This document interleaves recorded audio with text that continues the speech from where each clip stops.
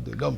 Chers amis, prenez un billet, prenez une pièce, mettez-les dans la tzedaka et nous allons mériter ce que nous attendons tous. La Geoula, la délivrance avec Mashiach. Et passons à un petit vers Torah. Question à vous poser. Si une personne est malhonnête envers moi, est-ce que j'ai le droit d'être malhonnête envers lui? Eh bien, regardons un passouk dans la paracha de cette semaine.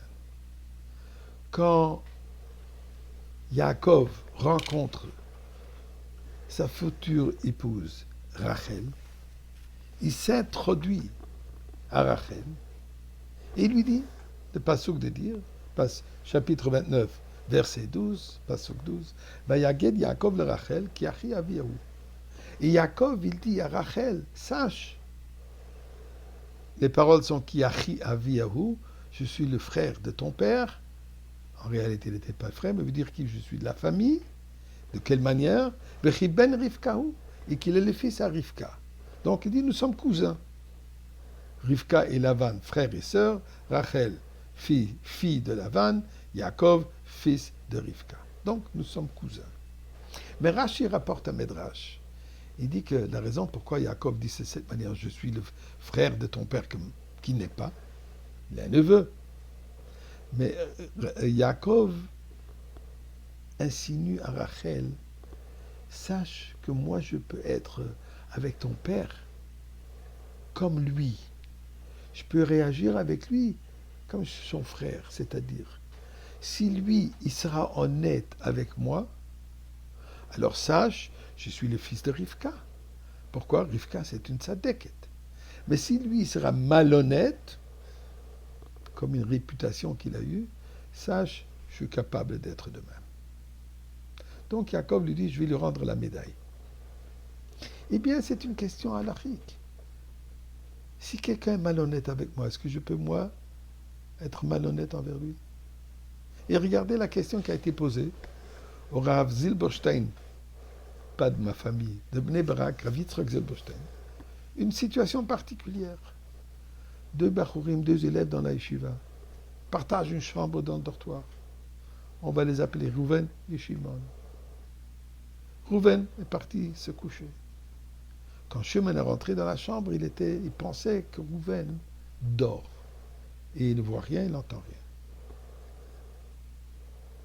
Il est parti dans la poche de Rouven, il a sorti 500 shekels. Malheureusement, un vol. Rouven ne dormait pas, il a remarqué. Mais il était tellement déçu, en choc, qu'au moment, il n'a rien réagi. Plus tard, le lendemain, Rouven demande à Shimon,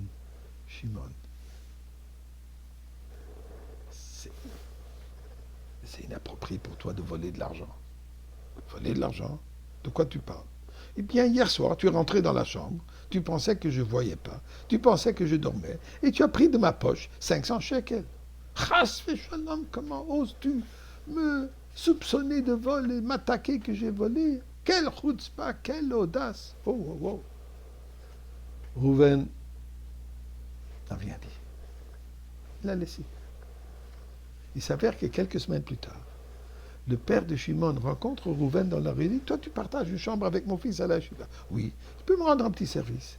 J'ai ici ses pantalons qu'il a donné à nettoyer. Est-ce que ça ne te dérange pas de la lui ramener? Et puisque tu y es déjà, viens, je vais te donner 500 shekels pour lui remettre, s'il te plaît. Rouven dit avec plaisir. Il prend les pantalons, il prend les 500 shekels, et il est prêt pour les remettre. Mais là, tout à coup, il a une idée. 500 shekels, c'est l'argent que lui m'a volé. Mina Shamaim, providence divine que Dieu m'a envoyé les 500 shekels. Je vais me les emparer et je vais lui donner les pantalons. Je vais lui dire ou pas lui dire.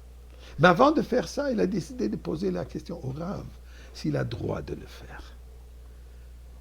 Il est parti voir le Rav Zilberstein, comme j'ai dit tout à l'heure, lui a posé la question. Et effectivement, dans la Gemara, il y a différentes opinions là-dessus. Il y a une opinion dans la Gemara Baba Batra que c'est permis, et je m'excuse Baba Kama, que c'est permis. Il y a dans le Shulchan Aruch une discussion, il y a les commentaires. Il y a des opinions de deux manières. Mais ici, dans ce cas, dit Rav Zilberstein, à Rouven, dans ce cas, tu n'as pas le droit de prendre. Même d'après l'opinion qui dit que tu aurais le droit. Dis pourquoi? Puisque cet argent, aussi longtemps que tu ne l'as pas remis à Shimon, elle appartient à qui? Au père de Shimon. Le père de Shimon n'a rien pris de toi. Donc, dans ce cas, tu n'as certainement pas le droit de les prendre sans que Shimon soit au courant.